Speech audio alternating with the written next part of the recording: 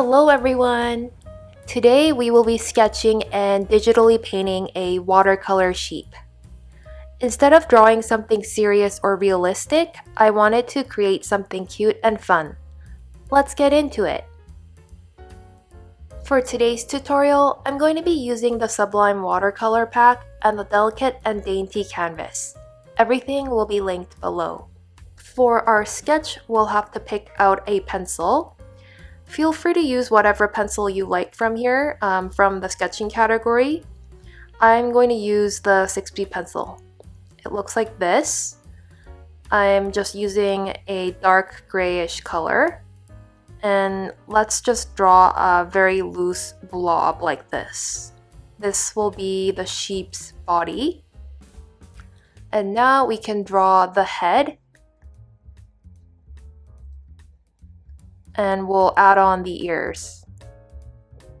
The final painting will not include this sketch, so you don't really have to be too neat about it. Now I'm drawing the legs.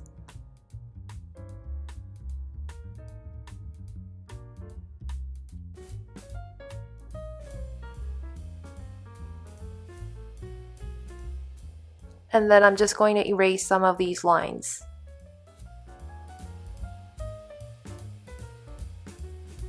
Once you have the sketch, we'll make a new layer so that we can start to color. Let's pick out the hard edge round brush from the Sublime Watercolor pack. It's at the top. This one right here. And let's pick out a very light gray that is kind of like a beige as well. This is a perfect color, so I'm just going to color the entire body.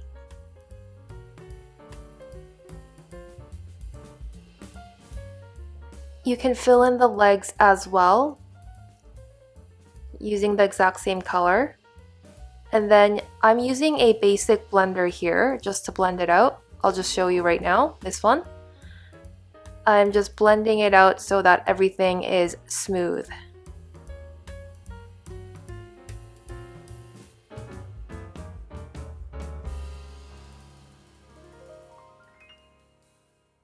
Once everything is blended, you can pick out a darker gray and color the legs, the bottom feet, I guess.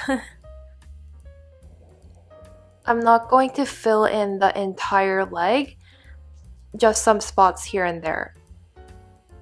And then I will blend it out with the basic blender.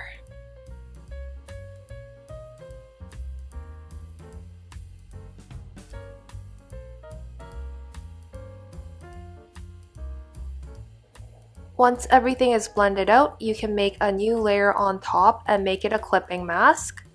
And we're going to use one of the stamps. Bloom number 1 will work well here.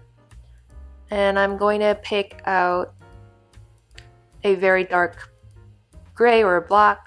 And as you can see, it looks like a real watermark. Maybe I'll use a darker brown. You can also move the paint by using the blender like this. And we're also going to use the same stamp to enhance the fur. So on the same layer, we're going to use a different shade to fill in the fur area. And it's best to use it on the edges like this. And once you're done, we'll turn off the sketch layer and see how that looks like. It looks like real watercolor to me. And we'll turn it back on and color the head using a grayish color. I'm coloring it on a new layer. Just curious, would it be correct to say fur or wool on a sheep? Let me know in the comments. So we're done with the head, so we'll make a new layer on top and pick out a black. And I'm going to grab the toothy pencil and draw in the eyes and the nose and the mouth. This style that I'm drawing today was inspired by a watercolor tutorial that was done by De Winton Paper Co. And I will link her tutorial if anyone is interested in watching it. Let's go back to the head layer and make a new layer on top and make it a clipping mask. And once again, we'll choose a black and use one of the stamps. This time I'll use splotch and use it here and there, wherever you like. And then I'll use the same splotch stamp to create cheeks. And then let's turn off the sketch layer and see how that looks like. It looks okay, but I want to add something more, so I'm going to add a new layer and pick out a light yellow mustard-like color and use the same hard edge round brush and draw in some horns. That's a little too thick, so let's lower it, and I'm just going to draw some horns like this. You don't have to do this if you don't want to. Personally, I think the horns will balance out the shape of the sheep.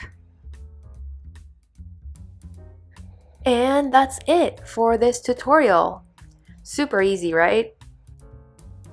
I ended up drawing 2 other sheep and coloring the background green to make it look like they are on a field.